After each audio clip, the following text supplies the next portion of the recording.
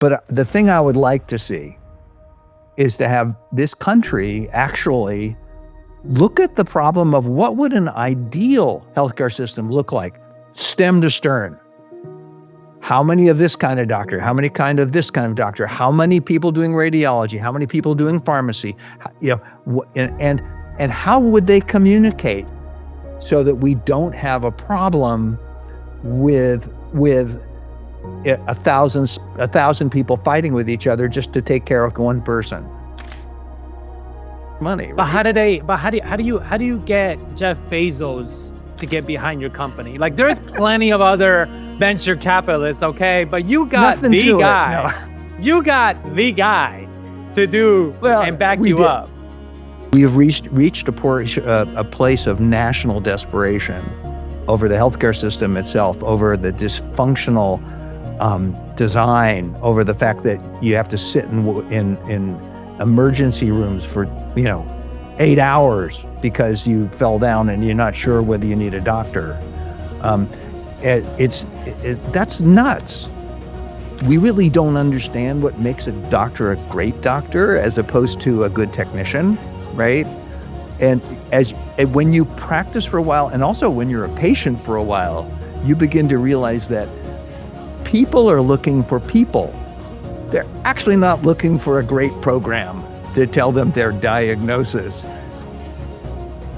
I'm trying to put myself in that situation and see what is going through my head when I'm going against someone that, one, has infinite money and has crushed every single person that's come before me. And now I'm next.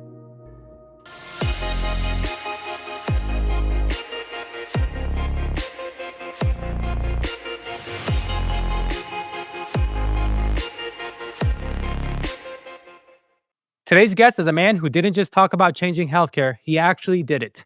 Dr. Garrison Bliss is widely known as Godfather of direct primary care, a model that flips the broken insurance choke system on its head and puts the doctor-patient relationship back at the center where it belongs. He's been fighting the battle for over 40 years, not for profit, not for politics, but for people. This isn't just a conversation about medicine, it's about rebellion, restoration, and what it really means to care. If you've ever felt like healthcare is becoming a factory line of 7-minute visits and red tape, Dr. Bliss has not only been saying it, he's been building the solution. Dr. Garrison Bliss is a pioneer of direct primary care and one of the first physicians in the U.S. to break away from the traditional insurance-based model. With over 4 decades of experience, he's dedicated his career to redefining how healthcare is delivered.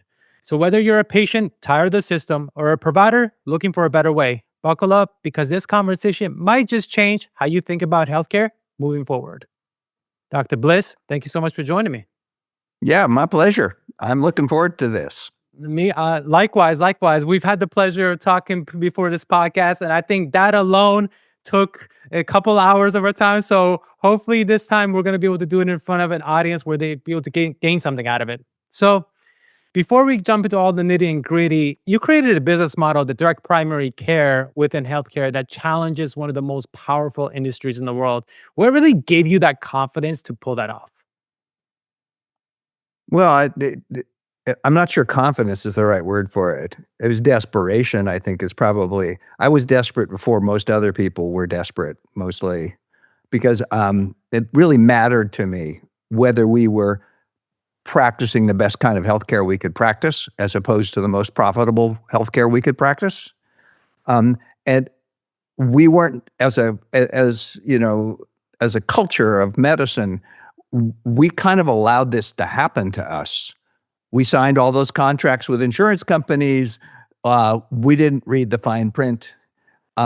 We didn't understand what it would be like to throw a middleman between us and our patients. It all looked great because the patients were going to get paid for, which we were in favor of, and we were going to get paid without having to fight over it or having to decide who was going to pay us in chickens as opposed to dollars, which is the way it used to work in the old days. When people didn't have money, you took care of them, but they figured out a way to do something for you. And so it all sounded like we were moving into a modern era of some kind. But in fact, we were moving into a business model disaster that has taken us decades to figure out and to understand. I'm not sure it was.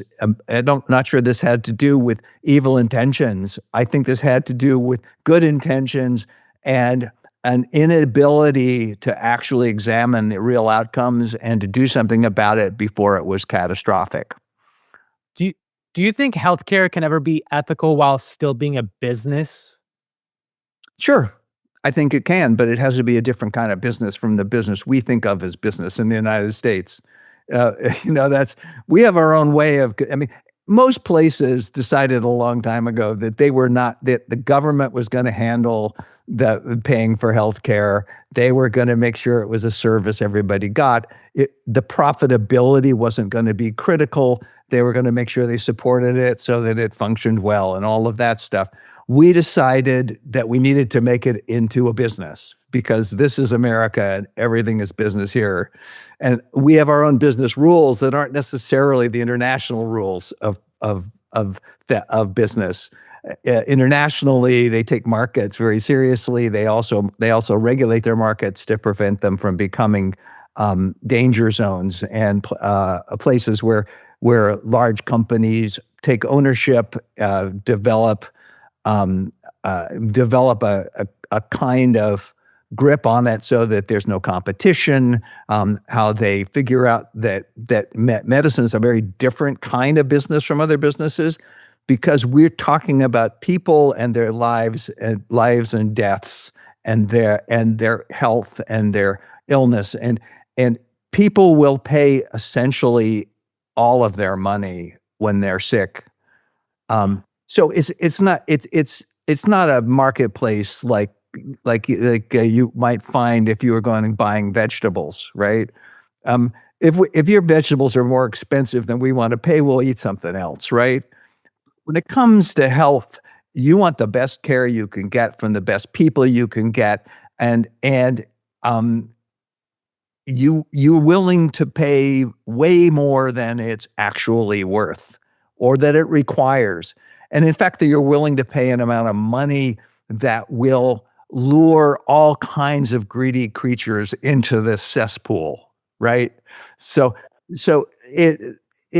yes, you can have a business, but it's got to be a different kind of business. And I've this is where I've been spending a lot of my thought processes over the years to say, well, first of all, are we even thinking about the question of what's going to be the best kind of healthcare, right?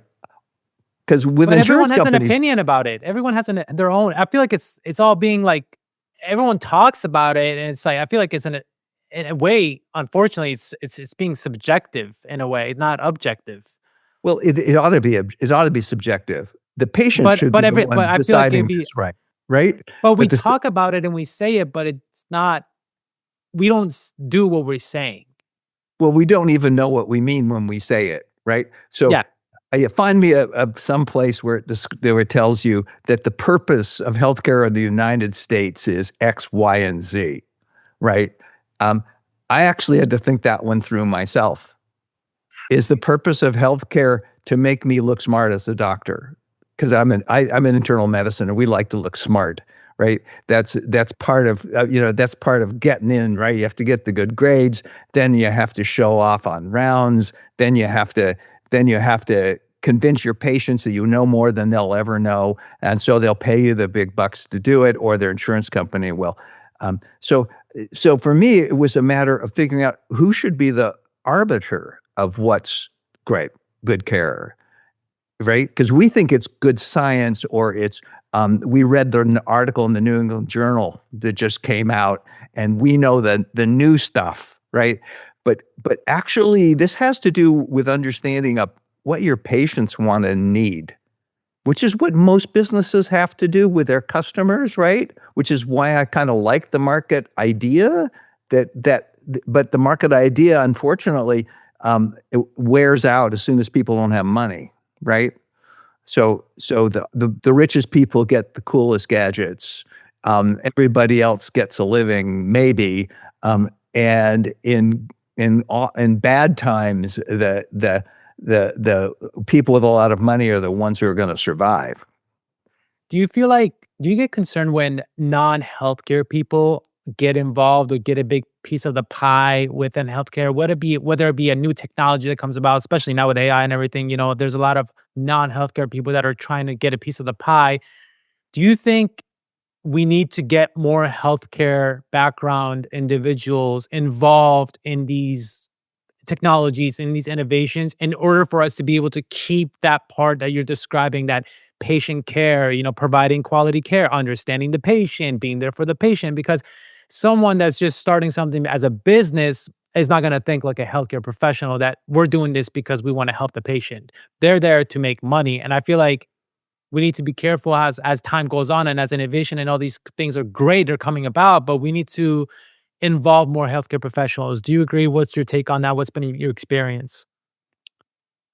I'd be more likely to say that we need to get more patient input. Okay. Okay. Because they're actually the users, right? Yeah. And in a Yeah. real market, they would be the ones who would decide. In our market, you can corrupt the medical people. We've done it. They sign the contracts, they take the money, they do what they're told, right? And I've seen a lot of doctors who I think feel as if, I mean, they didn't get corrupted on purpose. And they tell the patients, well, I really would like to do this for you, but I don't have time for that because I'm so busy doing this, which is unimportant. Like I'm writing my progress notes for half the day and seeing patients for half the day, and there's no time for you. And when you come in, we have time for one problem, not two, not five, not 10. So doctors are corruptible with money. And the more money that you spend, the more corruptible they become. And that's human. That's human. And I see it in many of the people in the higher levels of income in healthcare. I mean, if you can make, $20,000 an hour doing a surgical procedure, which you would happily do, for $100 an hour if the patient was paying, um, what that means is the system has corrupted you, and you are willing to figure out how to wiggle your way in, which is how all those other middle people came on to be, right? They all said, "Oh, we're going to take this problem away from you. We'll be in charge of teaching you how to code, so that you can be paid 5 times as much as you are actually worth. You can pretend that you did things that you didn't do. You can pretend they were important when they weren't." And we've gone along with that stuff. So this is the reason why this is so dysfunctional in healthcare is because it's actually moved doctors away from their number one job, which is to take care of patients. Period. End of statement. And even if, we obviously can't do something that we will not be able to afford to do, right? We can't pay for this whole, this massive system that's built with very expensive components at the moment. But primary care is a great place to attack this problem. We are used to sitting in a room with people and solving problems with a lot less technology, with a lot less fuss, and with a lot less expense. And it turns out, if you actually study this, you discover that of all the specialties in healthcare, primary care is the one that actually is demonstrably able to reduce mortality and reduce cost at the same time.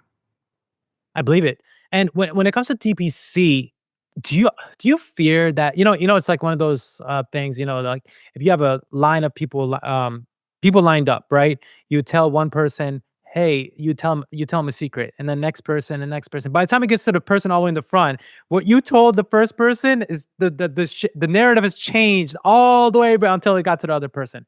Yeah, Do you telephone. feel Yeah. Yeah, yeah, yeah, telephone. Do you feel concerned about that being with DPC? Like you created DPC for a purpose, for a reason, and now it's become something else. Do you think doctors are doing the due diligence to research what is actually DPC? What is direct primary care? Why was it built? Why was it created? What is the mission and vision behind it, unless rather than just being like, oh, I want to leave the system, I want to have my own practice, charge a membership a monthly fee, be able to live comfortably, blah blah blah, so on and so forth. Do you see enough doctors doing their due diligence to try to really find out what direct primary care is before going into it? Well, the way it was designed initially was, first of all, to think about the question of what do patients want. Yeah. And many doctors, when they're starting out, don't really have an answer to that, right? Because they don't know what patients want, and they don't always ask them. They're interested in getting into the diagnosis treatment game because that's what you get paid for. And and the the other part of it, which is, you can do things for people that affect their, electrolytes if they're abnormal, or will, reduce their pain if they hurt. But but um, if you don't ask people what they want, and if you don't have that in the front of your mind, then you're going to get lost in this, because eventually you're going to think, well, I'm seeing 30 people a day. I got to figure out a way to make this a short thing, so I'm going to shoot from the hip. That's what I'm going to do. That's not what patients want. They want to be heard. They want to believe that their doctor not only heard them and listened to them, but also that our first priority is what they want and need. And it may not be right diagnosis and treatment. It may be they have a story to tell us about what's going on at home, or about the stress that they're under, or about the problems they're having in their dating life or something. There's lots of things that people actually want. So when I started to look at this thing, I was looking from the position actually of a guy who had been a patient, and also a guy who had a son who had a brain tumor. That changes everything. Believe me, it doesn't take but a millisecond before all of a sudden you're beginning to see what doesn't work in this system, which is it doesn't anticipate what you need, and it doesn't deliver it without a lot of struggle. And for me, it was like, you know, just dealing with a system that's built around the power of doctors, and how important they are, and how much their time is worth, and how little they can be bothered when they're dealing with somebody else's problems. I just it's, and how to call somebody, how to get a hold of them, how to reach them when you're sick, or when something's happened and you just want to know what to do. And so I began, as we were doing this initially, it was a matter of restructuring my own practice, because I wanted my practice not to be like that. I wanted people to feel as if I was the only person in the room with them, and I was going to stay there till we figured this out. I wanted them to believe that the things we were going to try on, I would honestly say, I think this is going to work for you. But if it doesn't work, I want you to let me know, and I want you to let me know. Just call me, and let's figure it out at that point. So you don't lose. You don't just say, "Here's your prescription, go do it." Right? You call up the specialist, make an appointment. Even though when they do it, it'll take them. They'll get an appointment in 6 months, and if you do it, they'll get seen tomorrow. Right? So we began to think about what services we really wanted to make available to people that they weren't getting from other people, from other doctors. The medical system has slowly gone from a system in which everybody's talking to a system where nobody's talking with anybody else. You dictate a note, that note gets turned into print, it gets put in a record, and then maybe it'll get sent to the right people, but not always, and certainly not often enough. So we started to look at how we could make the patient's experience better. First of all, by having somebody who answers the phone, right? Just That's a start. Yeah. We didn't really want to do something that felt like government. We wanted to do something that felt like Nordstrom's. Right. Yeah. We wanted a place that we wanted to be known for, a place where when you needed something, the person answering the phone would be able to help you with it.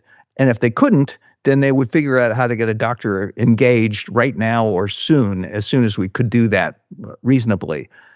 We want it, but you can't do that when you're in charge of 3,000 patients. Yeah. But So, mhm. healthcare is so challenging that I feel like in order for people to make an impact on it, you really have to dedicate yourself into making that change like you have done. Cause for small little thing that I could think of right away is like, I work in an inpatient setting, we use Epic. And what I see on and on and on every single day is the copy pasting of the notes into Epic. Like it's just every provider is just copy pasting. And then, they say like antibiotic end date is, let's say, the 7th, right? And everyone just copy pastes that. And then let's say they're getting discharged on the 10th and it says antibiotic end date 7. Like the 7th is already over. Like, what are you telling me the end date is that? Or like the dates are always wrong because they just so are used to copy pasting. It's like you see that, but like who's trying to solve that? Is there anyone within the system that's trying to be like, "Hey, this is obviously a common thing we see. It's affecting patient care, in my opinion. Um, let's do Yeah, it's something a about bad it." use of technology. It's a It's a bad use of bad use of technology, and it's like because the everyone notices technology. it. Yeah. Yeah, Everyone it's notices it, but no one's stepping up to do anything about it. But there's not enough Dr. Blisses in the world. And I guess my question is, I feel like it all starts within the school system. You said something that's I love. You said doctors are not selected for their interpersonal skills. They are selected because they do well on tests. And I don't even think that goes specifically for just doctors alone. It goes for pharmacists, nurses, dentists. You could go on and on. I feel like it's all like that. Why do you think healthcare is like that in the school system? Because I think all these issues start in the schools. well, I mean, this started in the medical culture. We just, I mean, because we wanted it to be scientifically driven, right? And because science is pretty clear. There's not a lot of things that have produced so many useful, believable, reliable truths as that. And so having science be engaged here was important. And then the decision got made that means that doctors need to understand science. Well, then you say, well, we want the best doctors, so we want the ones who did the best in their science classes, right? These are kind of normal escalations that happen because we really don't understand what makes a doctor a great doctor as opposed to a good technician, right? And when you practice for a while, and also when you're a patient for a while, you begin to realize that people are looking for people. They're actually not looking for a great program to tell them their diagnosis. They want somebody who can understand them as humans, right? Um, they want somebody who can speak clearly. They want somebody who who has affection for them, who cares about them, who is willing to assume the burden of trying to do what's needed here for them, um, and is willing to spend the time to get that done. So the number one thing I wanted to create in the middle of this mess that we're in, and we can talk a little bit about how we became so wildly busy doing stuff that was wildly unimportant. Um, but getting to a place where I had time. So one of the early questions we tried to address was the question of how big a practice should I have? How many people, how many human beings can I really take care of? And what do I mean by take care of? And I began to realize that the thing that I valued the most with my doctor was time, and with my son's doctor was time, and so I needed to do something that created time. Well, the only way you can create time is to limit the number of patients that can be seen by this one person to a number that is doable. It's like saying, "Well, I'm gonna go climb Mount Everest. How much should I put in my backpack?" Right? And, What's that number? What's that number? I spent my life playing with that number. My first guess was around 800 because I'd started with 10,000 charts in my office, my charts, and 'cause I'd been in practice for a long time, but I had no idea if these people were my patients.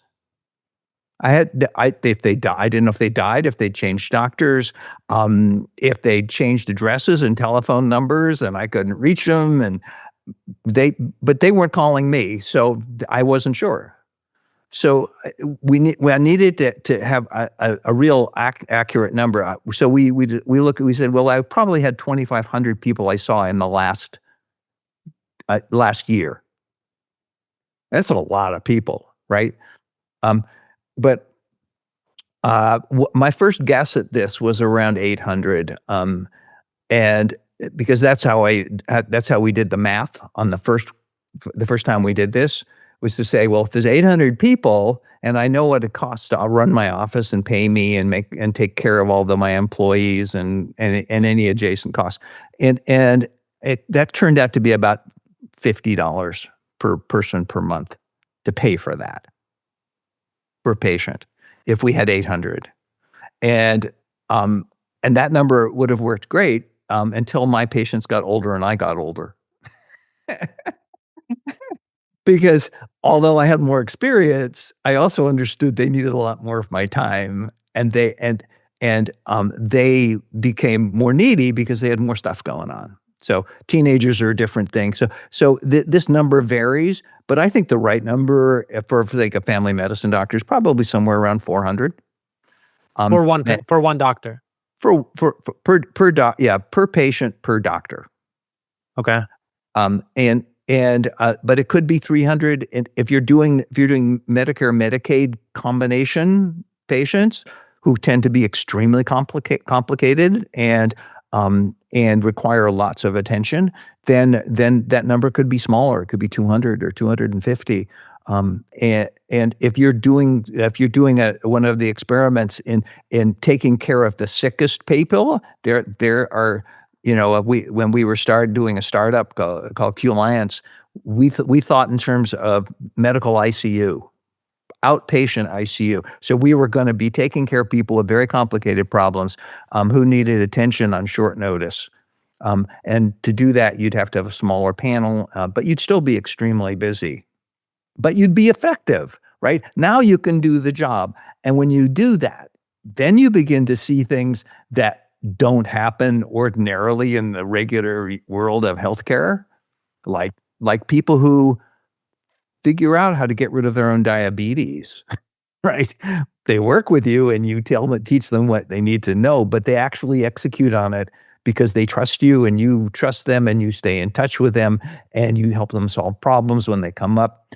So you begin to see people who successfully lose 30, 40, 50 pounds, and their blood pressure gets normal, their diet gets better, their exercise levels get better, they feel fabulous, they're off all their medicines. When that stuff starts to happen, then you know that you were playing at the wrong level before. Because that's the right level to play at, the one at which you feel great gratification. You're not making a gigantic amount of money, but you're making certainly a perfectly adequate amount of money. You're clearly middle class and maybe a little higher than that, but whatever it is, it certainly is better than to make 10 times that money and be constantly angry and upset and overwhelmed. You mentioned Qliance. It's Yeah. an interesting about Qliance that I read about, and obviously you were in it, so you tell me right or wrong. One of the big investors that people that backed you up was Jeff Bezos. He invested in Qliance. Do you think having what was that experience like? First of all, like how did Jeff try to see the vision of what Qliance is? Was it just solely just investment supporting, or did he want to make this into something greater and bigger? What was that experience? Well, first of all, when we first did this in 1997, when we sent a letter to all of our patients and said it's going to be on average $60 per member per month, we had lower prices for younger people, a little higher for older people. You're going to have all these services available to you. You'll be able to reach me by cell phone, by text. You'll be able to call the office. A human being will answer the phone and will help you solve the problem. And if they can't, I will. And And and when first did that, um, the eh, the first thing that we discovered was that not everybody wanted it, right? Because nobody understood why you'd pay money for primary care because it's covered, it's covered. Even though, when I'm seeing 25 people a day, I'm not the same doctor. I'm some other creature. Um, and they didn't know that it would be that different, but some people were happy to do it. And all of a sudden we discovered that it became really quiet in our office. People people called early in the morning when they were sick, and we took care of them that day. Because we left lots of space for them, and people were spectacularly grateful that we were able to increase the level of our service and make it available pretty much all the time. I mean, when you have a reasonable number of patients and they call you on a Saturday night, you pick up the phone, you already know them. You don't even need their chart. You've met them before, and you hear their problem, and you tell them, "What do you think they should do?" And if it's go to the emergency room, yeah, fine. But most of the time it's, "We'll take care of it tomorrow morning because this isn't urgent. This is what you can do tonight to reduce your symptoms, and we'll take care of it." And whatever you say, they believe you. And it's lovely, and it just further strengthens your relationship. So anyway, we were when we started out with this, it seemed like such a brilliant thing, not because 'cause I'm smart, but because we just happened on this model that we would stop taking insurance because insurance was just doing creepy things to us, and it was forcing us to spend all of our time, doing paperwork for them, and often trying to lure us into selling people stuff they didn't need. Because you could make a lot more money if you did a chest X-ray today. Your X-ray machine would make more money than you did if you did it, and we'd been dabbling with that stuff already, and I just thought, "That's dishonest. I wouldn't do that to you. You don't need a bunch of labs. You need these 3 labs, and we'll do those, but no, you don't need everything." And because if it's not wo if our approach, our diagnosis isn't right or our treatment isn't working, call me and we'll fix it. We'll take care of it now. So anyway, I thought that it was so cool what happened to our office and to the patients in our office and to the relationship we had with patients in our office, that everybody in the United States should get to do this. That was me being stupid, obviously, but it wasn't. It was true. It was like you discovered you discovered the iron lung in the days of polio, and you wanted people to have access to it, right? And that's how I kinda got pushed along from this. I'm gonna take care of these patients. We're gonna have a great one clinic in Washington State that operates like this and will be well known, but that's it. No one else will ever get to see this, to, we gotta share this with everybody. So that's what led me to move out of my comfortable surroundings and try to find some way to do this. And the truth was, there was no bank that would give us any money to do that. No, nobody. No, no, not even the bank that we'd been working with, and we'd always made our payments, and we'd never had a problem with them. Even they said, "Oh my god, well, how are you gonna do this? This is the insurance, that's how you guys make money, right? And you're not gonna do that? How could that possibly survive?" Right?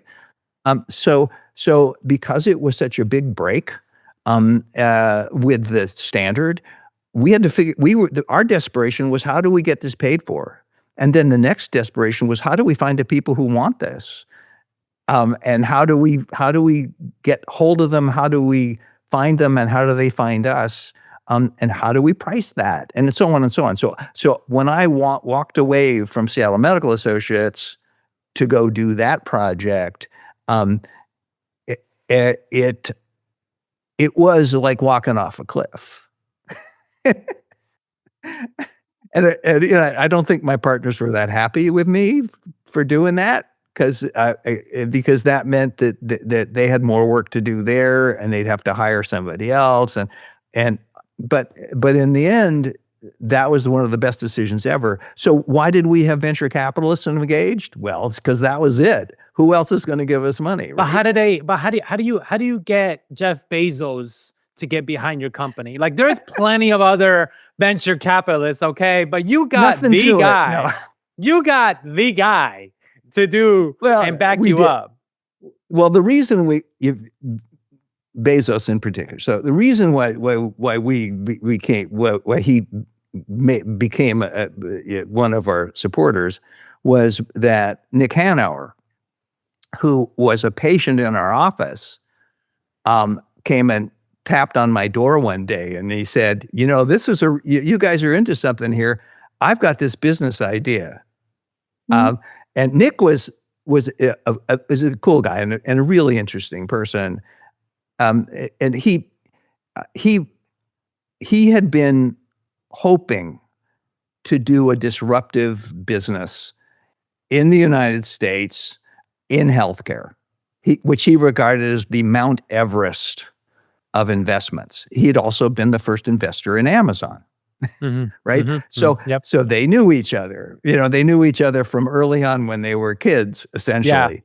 And so Nick and I had a conversation over a cup of coffee, and he told me about his idea to figure out a way to take care of the richest people in the world, because he's really was one of them at the time. And he said, we would have got all these services I think we should be doing. I just think that there's a lot we could do for these people. They want special treatment. Let's give it to them. And I said, that's a great idea. I'm sure it'll be a good business. I have no interest in that. And so Nick said, well, okay, well, what are you interested in? And I said, you want to take care of the 0.5%. I want to take care of the 99.5%. Are you interested in that business? And he said, sure. And so he was the first person to come on board. He gave us our first $1 million to work with. And we gradually, increased. I mean, the people, you never know who's going to want to invest, because standard investors had a little trouble with our ideas because we hadn't maximized our cash flow. We hadn't done the things that investors are looking for. They want that 10x kick at the end, right? And we were lucky to find some investors who were willing to take their time. I mean, Qliance went for 10 years, actually. And we went through all of the stages of trying to figure out all the answers to all the questions about how you make this particular business work in a climate that's really toxic to this kind of innovation, right? You would think that these kinds of investors would love this stuff, but what they really liked was people who did concierge. So concierge was like what we were doing, in the sense they were trying to provide way better care. And they were getting a monthly fee for it. But it was different in the sense that they wanted also to get insurance company money, which Tom Lee, who founded One Medical, once called jet fuel for business, right? That's the jet fuel. And then we have our monthly fee to support the rest of our operation. And so we're going to be more successful long-term than you are. And they were more successful at growing, but interestingly, they were not more successful at making money. Ironic. Yeah, I know. It sounds weird, but true. And so that company is now owned by Amazon. So Jeff Bezos has been gradually acquiring some of the better innovative healthcare models to see where they want to take it. So that's the thing.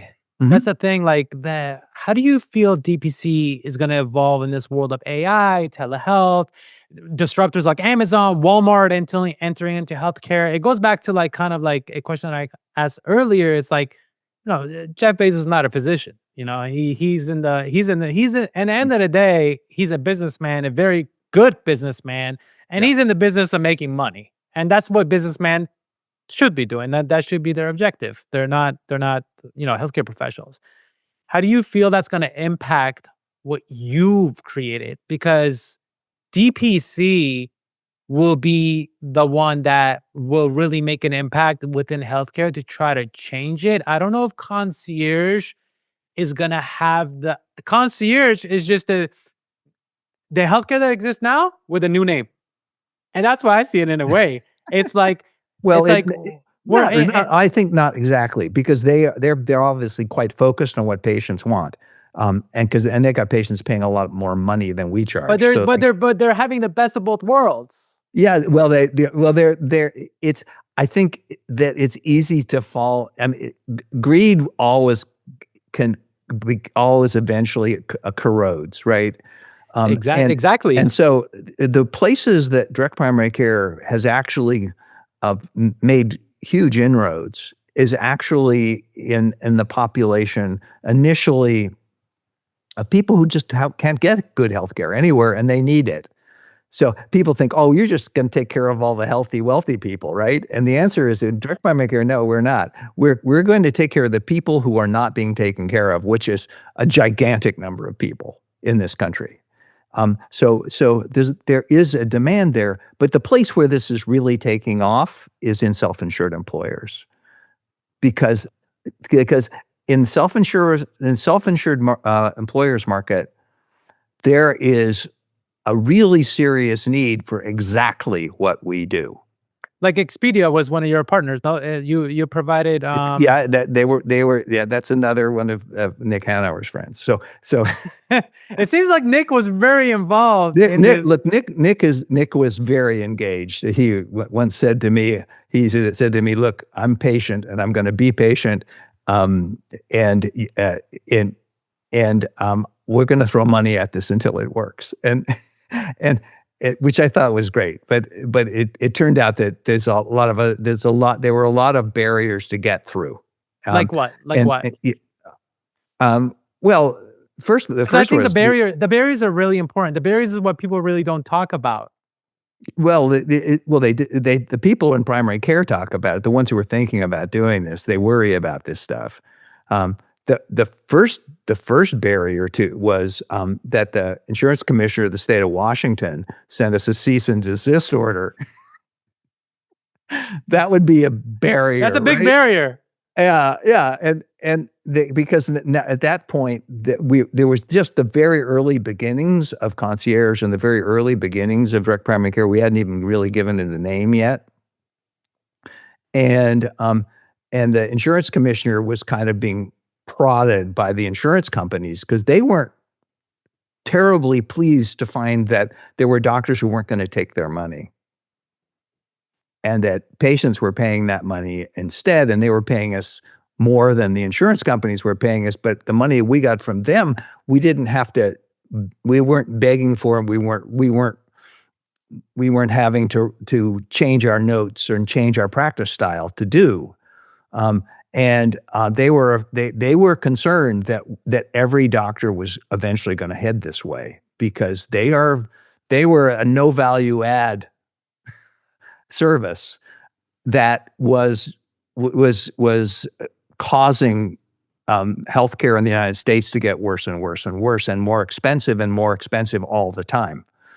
So they knew that, and they were aware of that. And so they went after. They got the insurance commissioner. They went and complained to him, and then he sent us a cease and desist that said, "There's two ways you can do this. You can have a monthly fee and not take insurance, or you can have a monthly fee and take insurance. Now, if you have a monthly fee and you don't take insurance, then you are practicing insurance, and you are not registered with the insurance commissioner's office, even if it's $50 per person per month and it's for your services only." Uh, and then he said, and then you could have if you had a monthly fee and you did take insurance, then you're in violation of your insurance contract, and we will come for you. So they were going to come for us both ways, right? Yeah. So that was the first. That was the first real kind of shot over the bow.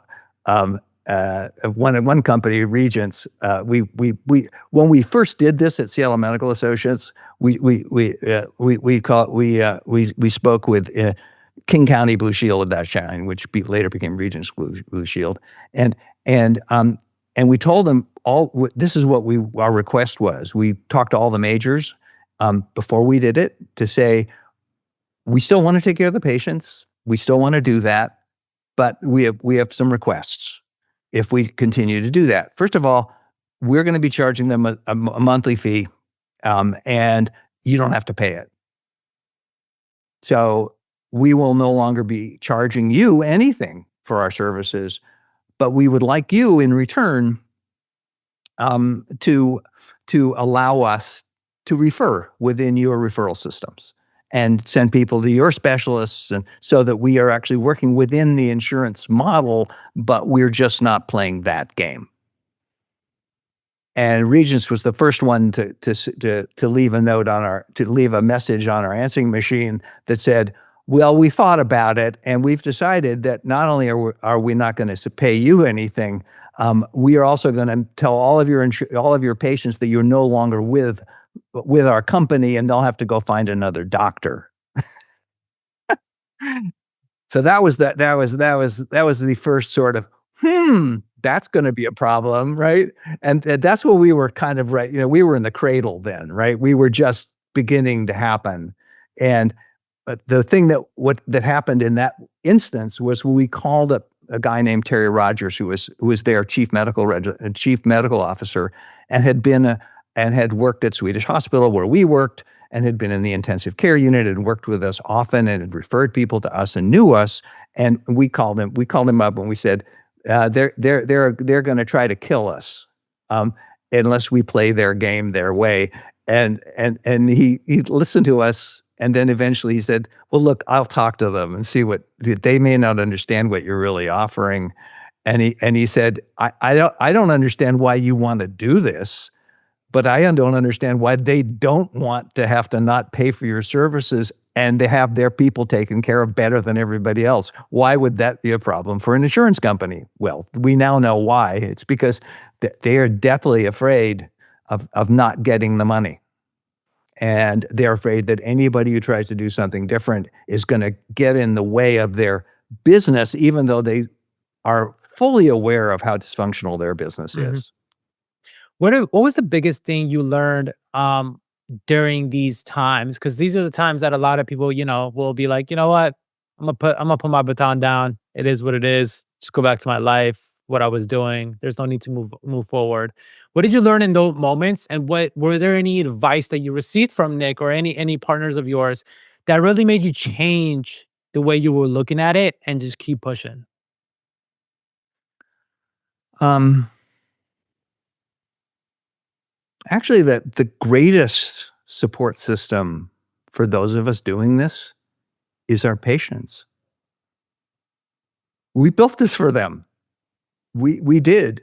And the people who use the service, they get it. In fact, the thing that killed the insurance commissioner's office attempt to take us out was north of 1,000 letters from our patients that happened within 2 weeks of our getting notice, to give him notice that not only were they not pleased with the fact that with his interpretation of what we were doing, but that he had no damn business getting in our way, because we were doing something that had to be done and that was important to do for everybody, not just them.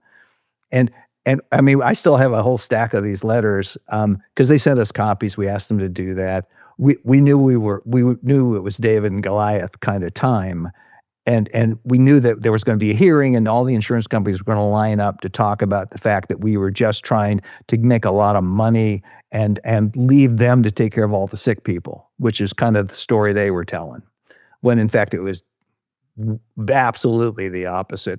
We were going to make a living because we designed it so we could make a living, but we also wanted to have a place where patients could get superb care and where we didn't have to get permission to do it from bankers. But when you were when before going to those hearings, Mhm. what were the talks to yourself when when you're just looking yourself in the mirror? What are you telling yourself? What is going on through your head? What is it? It's a difficult time. It's a challenging time. You know you're going against the big dogs. as they would say. Um, what's going through your head? What are you telling yourself? And what is keeping you going besides the patients? I understand, I respect that answer of the patients, Mhm. but I'm trying to put myself in that situation and see how what is going through my head when I'm going against someone that one has infinite money and has crushed every single person that's come before me, and now I'm next. Um, I had the sense, I think. I mean, I knew what my ethics were. I knew what I was trying to do. I knew what was driving this thing, and it had everything to do with healthcare and nothing to do with their money. And um, that we were not another group of people trying to make a whole bunch of money off of insurance companies. We, in fact, we actually said, "Don't send us more checks." We get enough money from our patients, and we like working for them. We don't like working for you. So, so no offense, we're happy to help out, and we're happy to provide them as as good a care as we always did, but better probably because we'll be able to see them. So if you know if your feet are solid on the ground and you know what it is you stand for and you believe in it, that's really helpful. And then you as long as you can get some input periodically, initially, I mean, it I'm sure everybody who's ever tried a very big project for the first That's a bit time. of a that's a Yeah. big project, okay? Yeah, well, it was a small project when it started. It was one practice. We just wanted people to leave us alone, and we wanted to see if we could produce great stuff that would work well, would win, but make a living at it and not have to fall back on the 300 the 30 people per day solution, or to the lie all day long in your chart about what you're doing so you can get paid more solution. 'Cause that felt horrible, and it does feel horrible right now. I mean, I feel for the doctors in the United States who feel like they're now seeing, these people are all seeing 4 times as much stuff as they need to see because primary care is not functional here. Primary care is what protects them from a deluge of patients who, they don't wanna do the "We've got a 5-minute solution or a 10-minute solution or a half-hour solution for you, and we'll work on it from there." They have to do all of their tests, they have to do all of their invasive studies, they have to collect a whole bunch more data, they have to never be wrong about the diagnosis, as the first diagnosis. So they don't have that luxury as far as they're concerned, although I think that they should start considering working like that. And they're also working to make all of those middle managers money. So they have to charge 10 times what their service is actually worth to make sure they can pay off all the people on their staff and also have their hospital get a cut. And that have the the operating room make money that's more money than even they make for standing there for an hour. So this whole kind of grossly self-serving financial stuff took over healthcare. And so I wasn't there was no place for me to go. My backup plan was I'll get another way of earning a living. So so I didn't have a way to I had cut my bridge on purpose, and I wanted to go I wanted to see how far this thing could go. And I found lots of people, lots of doctors, one at a time, who'd call me up and say, "I read about you in this article in the Wall Street Journal," or something. And and I just wanna pick your head a little bit. I wanna see whether what you know, and whether you think I could do this too. Because doctors would love to do this. It fits our model, it fits our personalities. We w you have to be in school a long time to get to play, but the reason you do that is not because you love science so much, although some people it probably is, but for those of us who like being in rooms with people, there's nothing better. And so in the family medicine world, I think this is this is really beginning to take hold, which is probably scaring the insurance companies even more. But they shouldn't be worried. They might think about figuring out a way to pay a monthly fee that's reasonable to doctors and get rid of about 90% of all of the that, we're not gonna pay you for anything but this, but here you go. Here, you can earn a living, and we don't want you to go above 400 patients, but we'll keep you, adequately paid. They could do that. There's no reason they can't do that. But there's fear everywhere, that somehow this whole system's ready to collapse, and they don't wanna be the first one to go down. You mentioned how, some people will reach out to you, physicians, whether they've seen New York Times article, Wall Street, whatever, what might have been. Is that happening now? Are there people reaching out to you? I feel like if I was a physician and wanted to go into DPC, direct primary care, open my own practice, I would do my research. I mean, that's how I found you, because I learned about DPC, knew about it for a couple of years, and now I'm looking to go into providing services for DPC clinics. And I came across you, and I was like, who better else to speak with and pick their brain than the guy that created this thing, and try to lead with a foundation that you created to be able to carry your legacy along to the next generations and moving forward, instead of just starting something myself that I didn't know anything about. Do you have physicians reaching out to you and try to get that foundation and learn about you, your past, what you've been through, so they can do it the right way? Well, you're not the first, I'm gonna tell you that. I'm sure. I know that. I know It's for sure that. but, yeah, thousands, thousands. My wife is often said, "What, can you just charge them a couple of bucks, please?" But you see, for me, this is the center. I want this country to take care of itself.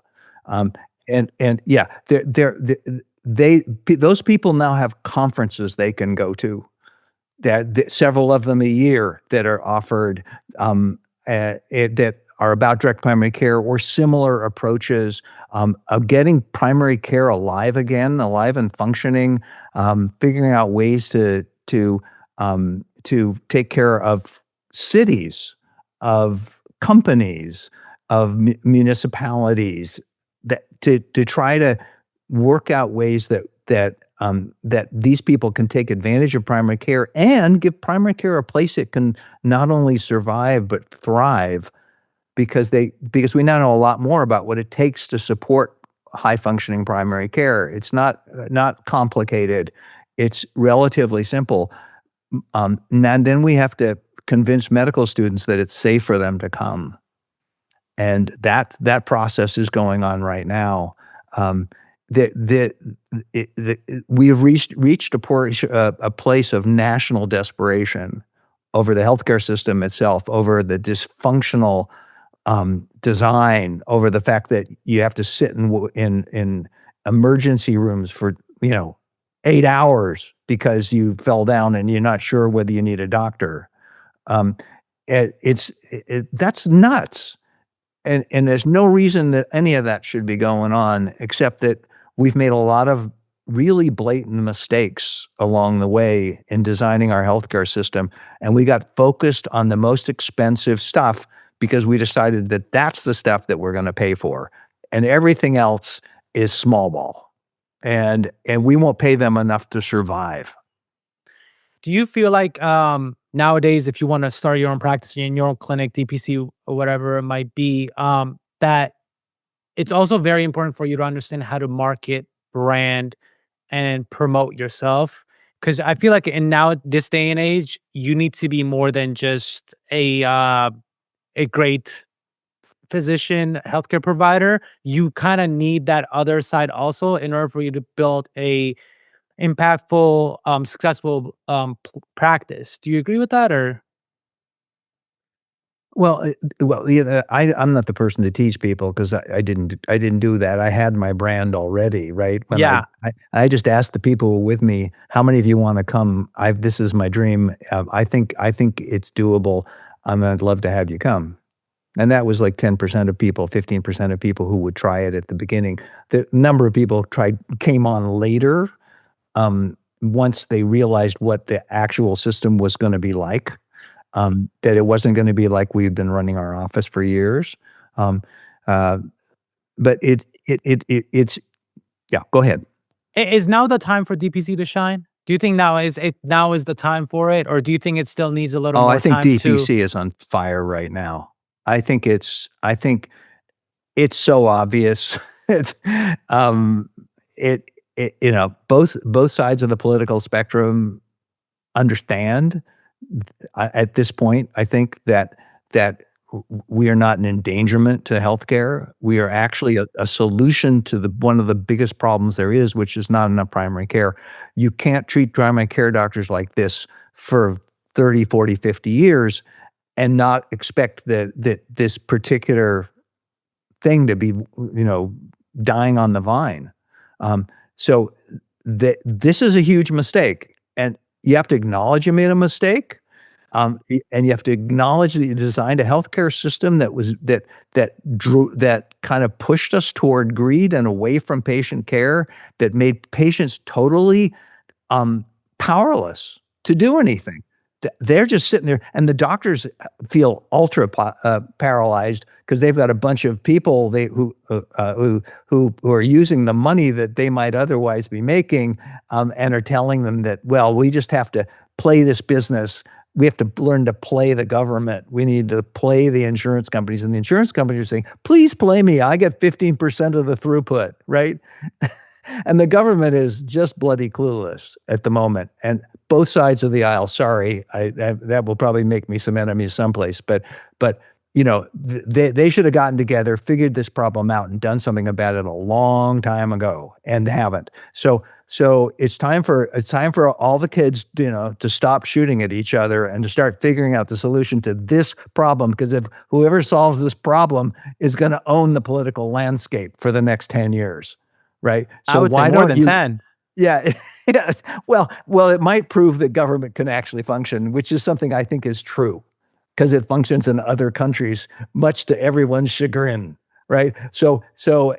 We need to that's another problem, but the reason I did this outside of insurance lines and outside of political lines was because the only people who cared at the beginning were the patients and the doctors. So we did a deal, and that deal was well accepted and has grown. It's growing about 20% per year in the United States, while the rest of primary care is just quietly withering. So when I think of DPC, I think quality care. Do you agree? Well, everybody thinks they're doing primary, No, no, doing no. But quality in care. general, and Right, when you right. when you But think I DPC, think we're the ones who actually are listening to the right indicator, now which is patients. Yeah, so DPC quality care. yeah. If anyone wants to be successful in anything in life, like we talked about Jeff Bezos, he didn't become where he became by himself. He Mhm. has a team. He's successful because he has a successful team. I think DPC is successful, very successful, but it can't go to the next step unless it has a successful team. It has a strong team behind it. And Yeah. I don't know if you are suspecting what I'm about to say now. I feel like you do maybe Hey, look, because go ahead. Go ahead, we've shoot. talked we've had hours Yeah. of conversation before this conversation about this. So I think you know where I'm going. But Mhm. I think an important part of a success of DPC practice would be a collaboration between physicians and pharmacists. And I whenever I speak or say anything, I try to take my bias out of anything. I try to think out of logic. I try not to be biased. Yes, I'm a pharmacist, but I've really seen the impact and the value that I've provided when I collaborated with a physician in a hospital setting or a long-term care facility. And what we've been able to do together when we really put our brains together, sat down and talked about the chart together. You give your point, I give my point. Oh, I didn't know this. Oh, I didn't know this. Oh, cool. Let's put them together. Let's present it. Let's care for the patient. I think the pharmacist and physician collaboration is probably one of the most underutilized things in the healthcare system that we have right now. Absolutely. Yeah, we don't even know how to find you, right? We And the hospitals do because they'll might hire one person to go make all those decisions for the entire correct. hospital. But the pharmacy has become very complex. It was pretty complex to start with. I remember one of the heroes I had in medical school, Max Wintrobe, who wrote the textbook on hematology at the time, talking about what was going on in science. And what he said was that the treatments we've had over the last few centuries have not been biologically based. They have been discovered. We've found things that help with certain diseases. They tend to have some effect, but not much effect, and they also have not very much downside. They're not most of them toxic. Um, we're entering an era of highly scientifically valid approaches to really complex biochemical problems. And we're going to produce agents that are both extremely effective and potentially very dangerous because we don't understand all of the other effects that they may have in the human body. And the other thing to think about here is that every human has a different genomic arrangement. They have different genes, some different proteins. Some of them are allergic to some things and not others. Some of them have high functioning immune systems or low functioning immune systems. And all of this stuff, we are a kettle of interesting biochemistry. So it's going to be these are going to be complicated problems, and someone's going to have to root through them. And the average doctor may not be prepared to handle this. And Well, even and if they are, I yeah, don't even think it's about the preparedness. Like we're all professionals. We've all went to school. I think they are honestly. I think doctors are knowledgeable and prepared to deal with it. But mhm. why not divide your time and get a partner that just went to school to perfect this and only know about this and let you worry about the things that the pharmacist didn't go to school for, which is the patient diagnosis, the treatments, and the care for the patient and whatever it might obvious pharmacists wouldn't just for Yeah, caring for a patient also, but you get what I mean. I think yeah. one thing a message I want to send, and I think this is the perfect podcast to do it because we're with the Godfather of DPC. You're a legend in the game. You're a very respected physician. I think one of the reasons I started this podcast, I've told you this before, is having more conversations with physicians. I think one thing is lacking is both spectrums of the fence have opinions about each other, but we're not sitting down and talking with each other and like trying to understand each other. And I think we need Right. to do more of that. And a message I would give to the pharmacy community is that I think we need to do less of trying to be physicians. And what I mean by that is there's a lot of people in the pharmacy world that think pharmacists could diagnose, but pharmacists should prescribe. In my opinion, solely my opinion, I think that there's two people, there's, you're on a flight. There's two people. And I told you this analogy when we spoke before. There's a pilot and a co-pilot. We both can't be the pilot. There's two different roles. A co-pilot cannot be the pilot. They can only be the pilot if the pilot, something drastic happens to them and they have to step in and drive the plane. I see healthcare as that. Like I see the physicians as the pilot of the healthcare team, and the pharmacist is the co-pilot. I think we should understand our roles, stay within our roles, and try to expand our reach in the ways we can help physicians and patients in what we went to school for and what we learned. Not so much in trying to expand our roles and trying to diagnose and prescribe. I think we're already not understood within the healthcare system. Like you said, you could barely find a pharmacist. Yeah. And Well, if you ask yeah, and if mhm. you ask a regular, sorry, if you ask No, a go ahead. regular person on the street, what does a pharmacist do? They say put pills in a bottle. And and I know that that's not what we do. There's clinical pharmacists. We're very clinically knowledgeable. We need to get to the point to be able to have what it means to be a pharmacist be understood by the public. That we should be focused on that instead of trying to change how we practice, which is through the diagnosing and prescribing. Again, it's my opinion, and I'm sure it's not going to be a very popular opinion within the pharmacy community, but that's my goal. That's my goal with the company I've started with Farther Health, what we spoke about is bringing my pharmacist experiences and what I went to school for and providing those for patients and physician practices and see where it goes and not step my boundaries, step my place, but be in my role. And I think that's important. Understanding your role and sticking with it, that's how a successful team wins. A point guard cannot be a center. Shaq cannot shoot a three. As much as he wants to try, he cannot shoot a three. He's the best at being a center. Be that. You just can't.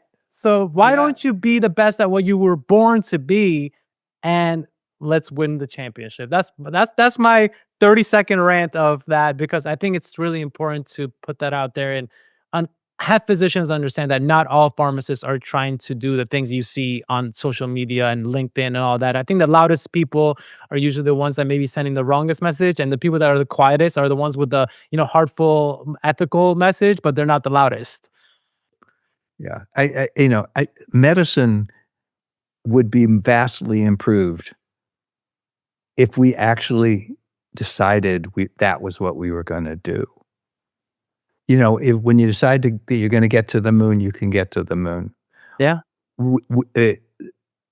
I think we've learned a lot over the last 10 or 20 years about why it is we're not getting to the goal of great healthcare in the United States. And pharmacy is part of that problem, right? Because things are complicated and patients are complicated, and they have multiple specialists who all have their own set of meds that they know, but they are now throwing their meds into the pool with all the other meds from the other specialists, and nothing good happens when that happens, right? You get to a certain number of drugs, and the chances of an interaction go to near 100%, and and then they feel rotten. And nobody figures it out because it's not a specialty problem. So that's where primary care has kind of had to be. We're the backup solution to the problem, because we actually now have enough time to sit in a room with somebody for 20 minutes just to get the list of medicines that they're taking and when they're taking them and how they're taking them. I mean, I have no idea how patients can figure this out. So I agree. But the thing I would like to see is to have this country actually look at the problem of what would an ideal healthcare system look like, stem to stern. How many of this kind of doctor? How many kind of this kind of doctor? How many people doing radiology? How many people doing pharmacy? And how would they communicate so that we don't have a problem with 1,000 people fighting with each other just to take care of one person? So primary care is a great place. That's a great way to have the person with the longest term and best relationship be important to bringing all of these forces together to make sure the patient understands what this means to them. And so I think we should be somewhere near the middle of the court on this one. But I think that you are one of the many specialists that we should have access to. And there are people trying to do this without the help of the government, without the help of the healthcare system for primary care right now. And we talked about that in our previous conversation. Yeah, and I would love to see us, first of all, come up with a solution so that the country has a chance to put together a model that would actually work as a national model that would cost half of what this one costs and would purr. It would be like it would be a thing of beauty for the rest of the world to look at and say, wow, the Americans didn't screw this one up. How unbelievable. I gotta say now, so it's on record. I definitely see the future of DPC being pharmacists and physicians working side by side within inside a clinic. I say it, I Yeah. stand Yeah, by it. it would be a crowded room, by the way, but that's fine. Come I think on, it's one extra person in the room. well, you could be the bro for me. We go with that, okay? Listen, Because I'm retired, I don't really need that much help. I hope you're an inspiration for me to push and be able to implement pharmacists within DPC. So hopefully I'll be able to make you proud. And in some we look back in 10 years and I'll be like, Dr. Bliss, remember this conversation? Look at making it happen. So I'm Yeah, hoping. well, go get it done. I wanna see what you do, and you feel free to call back. If I Well, ever have a podcast, I'll have you on. definitely would be more than happy to. I have a question. How do Yeah. you sell? I think we briefly came up with talked about it earlier. How do you sell a DPC model to a patient who has insurance and sees no need for anything else? How Well, do they you, wouldn't let's say you see a we patient and wouldn't you be talking probably if they did, if that's how they felt. They wouldn't be approaching me. But, um, I think the answer is I don't try to sell it. When I'm offering them as a relationship with somebody who's made a commitment to them, that's what I'm trying to do, and I think I know it's worth a lot more than I'm charging for it, but I don't want to make a lot more because I want everyone in the country to be able to get this. I don't and I only need so much money to survive. It's not that I need to make a killing in the world. That's not my goal. So I w all I think the best way to bring people into a practice is to meet with them and to and one of the things we require in direct primary care is that you have a contract that you hand the patient that not so much to tell them how much they're gonna owe you a month, but to tell them how many services they're entitled to on demand. So that was my purpose. And it also means that the doctor knows, first of all, who their customer is, right?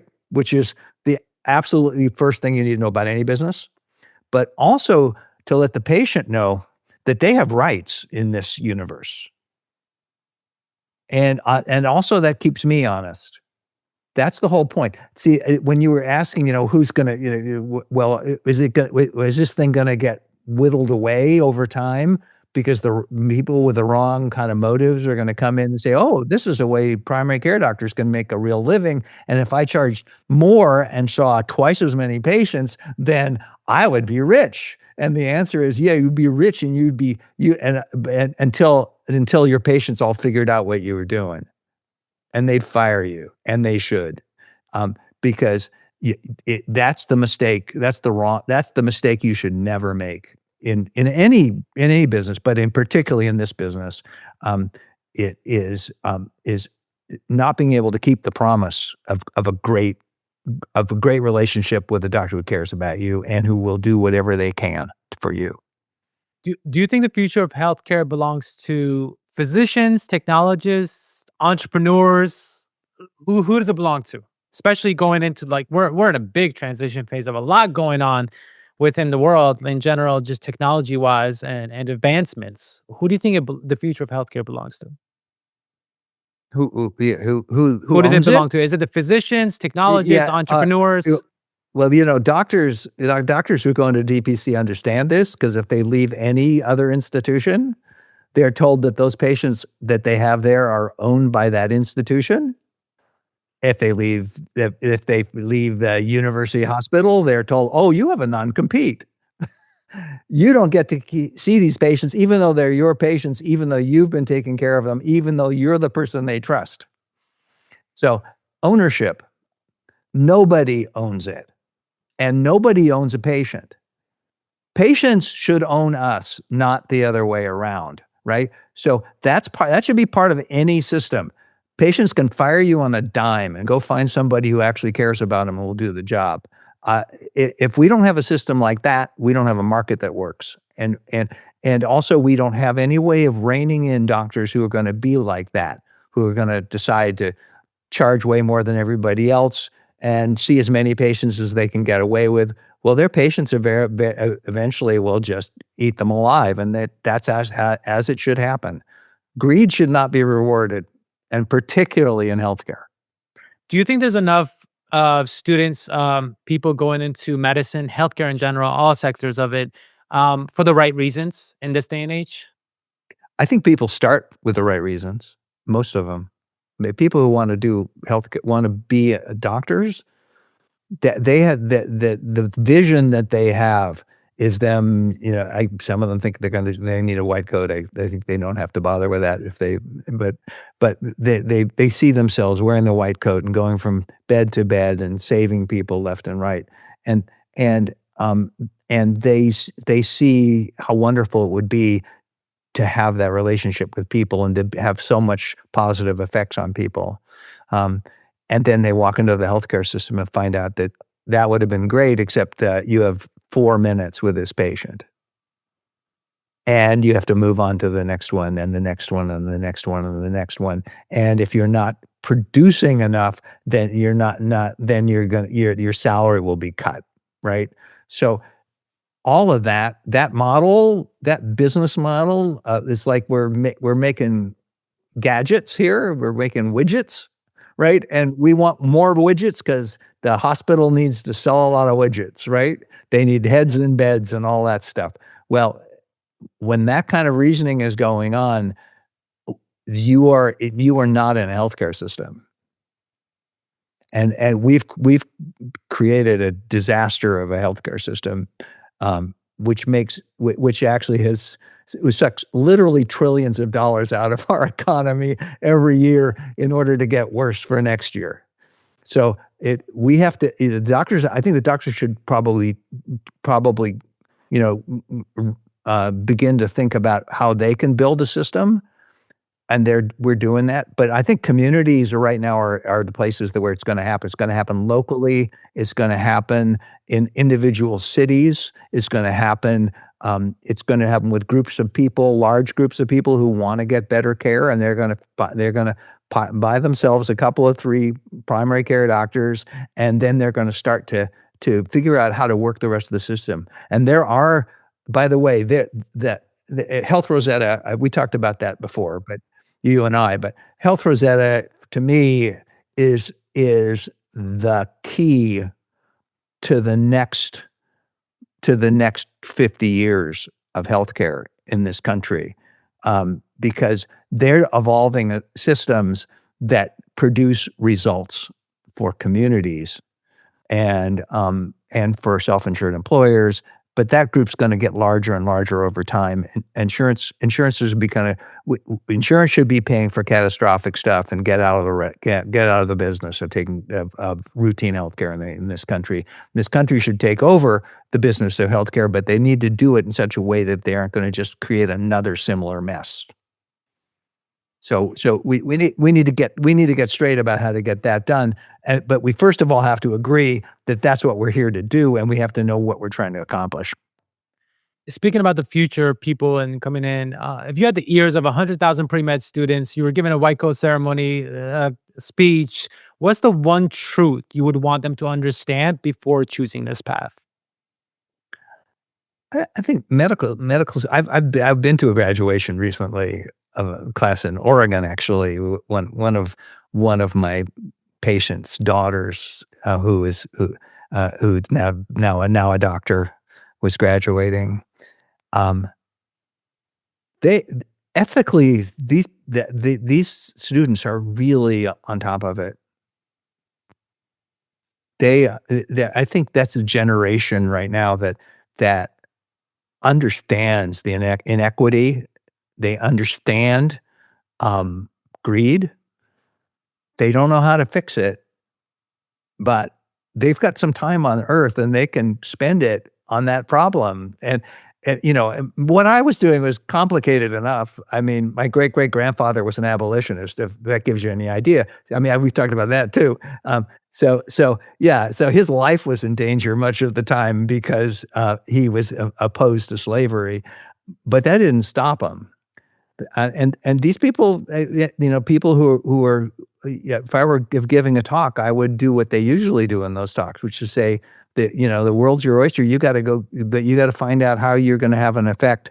And I could have some solutions for you, but you're smarter than me now, and it's your job to actually deliver this product. So get started. You got time to do it.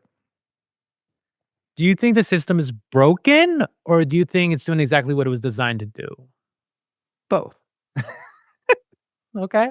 Okay. I'm not mad at that answer. I mean, if you build a system the way we built ours, you'd get this. It is doing exactly what it's designed to do. If you decided that you were going to have all the major medical decisions in this country made by insurance companies, while they were pretending that they were not going to interfere with healthcare simply by paying for everything, and something's way too much and something's way too little, and they were damaging relationships and making people sick and making them sit in emergency rooms.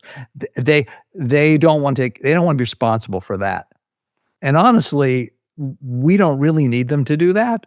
We need them to go find another thing to do, right? So, as I say, we need to figure out how to solve the medical care problem ourselves, and then this system that we're evolving right now in this country is going to compete openly with the existing systems, and they're going to lose.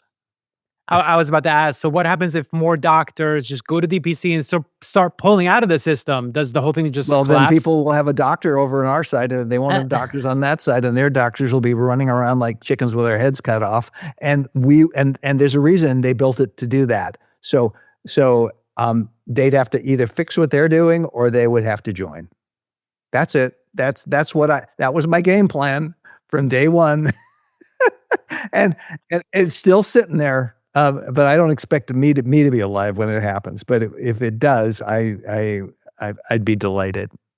Have you passed the baton down to someone else to carry your mission? Oh, I've handed baton off many times. When I've given talks at conferences and said, I'm an old guy now. It's hard for me to remember the details of a lot of things, and word finding is getting hard for me. I'm getting better at pickleball, but not at much else. So what I say, so I want, it's time for new leaders, and they're coming. They're and there's a group of them that get together now once a year to talk about the game plans, and I got invited to that one last year and loved it, and I'm going to go to the next one. The insurance companies that actually require primary care doctors, direct primary care doctors, for the patients who are using the insurance. And if you do that, you have no deductibles, no copays, and they'll pay for anything that needs to be done. But they'll call if you send somebody to the hospital, they'll call the hospital and they'll get the cash price first before you get there, to make sure that there's no funny business around what the insurance company's going to pay, or how much the patients are going to have to pay. There are pharmacy benefit managers now who have absolutely clear pricing systems that they say it's cost plus 5%, cost plus 10%. Listen, we don't talk about the PBMs. That's a whole different podcast. That's a whole different podcast. I know, but look, that stuff is all happening. Yeah, you can find them. I can get you some names if you need them. But it's the entire universe of healthcare is now beginning to evolve around a culture that looks a lot like ours. There's now a specialty direct specialty care system that's being evolved in this country, that's operating very much like I operate or Nice. operated when I was employed. So See, it doesn't. You haven't left yet. You said operate on, like, subconsciously. You're still in it, and you just admitted it. yeah. Look, I care. I still, Yeah. I think I'm not, that's not going to change for me until I don't know my name, which I'm not may gonna happen lie. in the next year. But When I first emailed you and you emailed me back, and I think you've sent the longest email back of any guest that I've ever invited, and I felt your passion through it, and that really, like, even motivated me even more to continue and do what I do, because I was like, man, I could just feel Dr. Bliss's passion through this computer screen, and it got me really excited to one be able to meet with you and talk with you and be able to do a podcast. So your passion is definitely something that we need to keep passing on, and I hope I would be able to pass it on to not only pharmacists but physicians too, if they ever I come across or listen to. I have two more questions for you. I know we've been going for a while, but Okay, why sure. we've warned each other that I'll talk we can all go for an day. hour. Exactly. We got to do this one day in person, but I know we both can talk for days, so I won't keep you Mm. that much longer. But you've seen the system from inside out. What's the biggest truth about health that most people never learn until it's too late?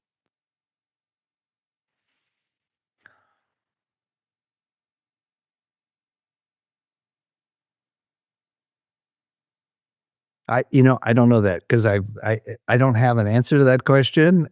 What they don't know till it's too late. Yeah, what's the biggest And truth because about health? I'm not sure I believe that it's ever too late. Okay. That I think that the reason we don't take on big projects is because of fear, and because concern that we'll fail, and it's way more important. I think the thing that I usually tell people is find a question that you can live inside of so that you understand, and the question, a goal even, is it possible that we could have a great healthcare system, a much better healthcare system than we have, for instance, right? And you don't have to have the answers. You have to have the question, and then you have to live inside of it long enough that it kind of owns you, and it drives what you read, what you talk to people about, what you actually do something about. So, the thing that would the time would run out on would be the opportunity to to pick up an idea and run with it, and pick up a question that generated the idea and run with that. So, for me, it was, what is the best healthcare? What do I mean by that? What could it do? Could we change the could we change the health of the entire planet? What would that be? What would it require? Every question leads on to more questions and more questions and more questions. But eventually, if you sit inside of something like that and you say, "I'm gonna operationalize this, I'm gonna go take it on," then you're inside of something you care about, and something that millions of people probably care about, and it gives you a chance to have the kind of life of kind of discovery and challenge. And it's like people who want to climb mountains, right? They want to climb mountains, and every time they climb a mountain, it's a different mountain, but and they have the same moment where they say, "Oh my god, I don't think I can make it to the top. The weather's bad. It it but I can get to the top, but I have to figure it out, and it's going to be different every time. Something else is going to happen. Your shoelace is going to break, and you don't have a spare. I mean, whatever it is." And and and for me, chasing this problem has been a thrill. It's the most fun that I've had, I think, with an idea in my life, because I actually took it on. So I would say that it's probably not too late to do that as long as you're breathing.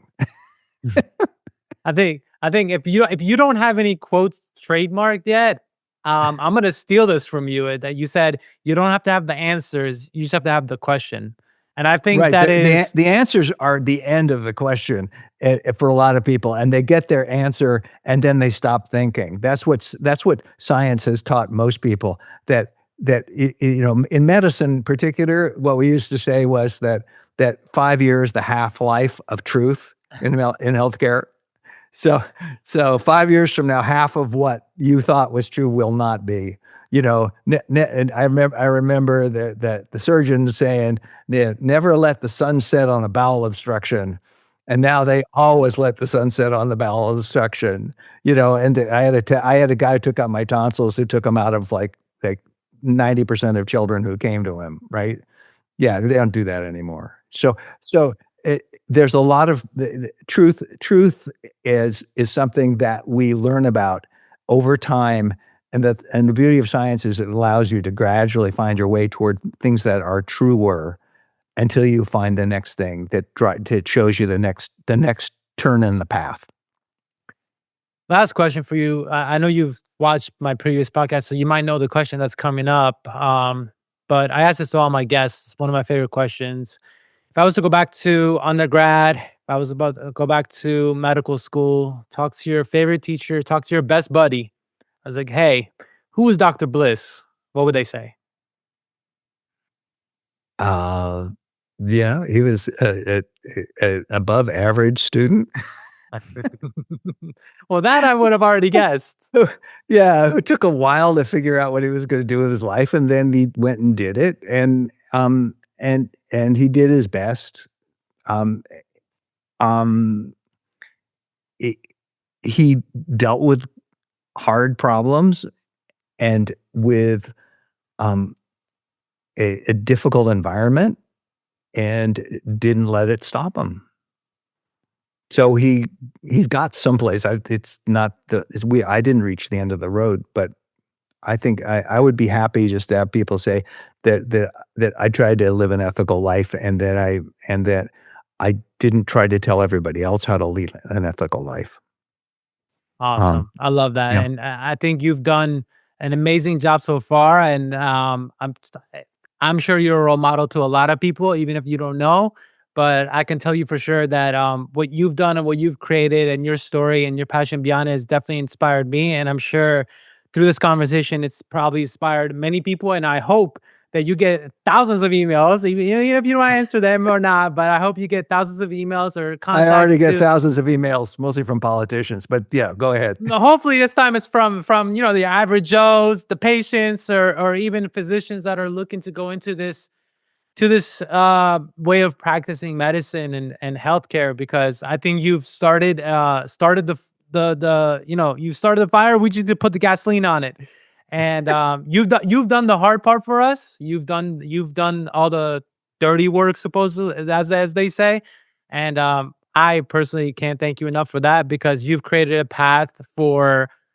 I'll say you've created a path for pharmacists even to think outside of the box because I never would have thought of pharmacists being able to bring that type of service into hands-on first-hand patient care if it wasn't for what you've created. So I think you've touched more people than you probably think and in many different professions and not just physicians. And I thank you on behalf of all of them because without you, we wouldn't have been able to create what we're about to create. And I think you'll look back in a couple of years, not too long, and be say wow with what's happened. So thank you for taking the time to sit down with me. We've had a great conversation. We definitely will come back for a round two.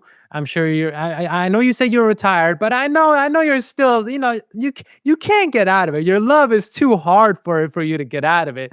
So you might not tell us, but I know you might be involved in some shape or form in helping this move forward. So as time goes on, and I hope that we can meet in person and see where that goes. So thank you so much. I'll leave the last words for you. No, I wanna thank you because, it doesn't matter if you have good ideas, it matters whether people hear them, and you're the portal for that, and you are and it's not just my ideas, it's many other people's ideas. I have listened to a few of your podcasts, so as I said in the original long response I made to your email, um, I mattered to me mostly about who you are and what you're here to do is whether I wanted to have this conversation. I don't want combat with people. What I want is for people to make use of whatever there is that's useful. So I wanna thank you for doing this work, and I hope you continue to do it, and I hope you get your pharmacy company up and running pretty soon, because I want you to do it while I'm still able to talk. I for Okay. sure, I will promise you that I will definitely get it done, and we'll definitely keep in touch, and I'll keep you in the loop for sure. Thank you so much Okay. again, Dr. Bliss. Thank you so much for everyone that was tuning in. Until next time, this is the Leader C Podcast.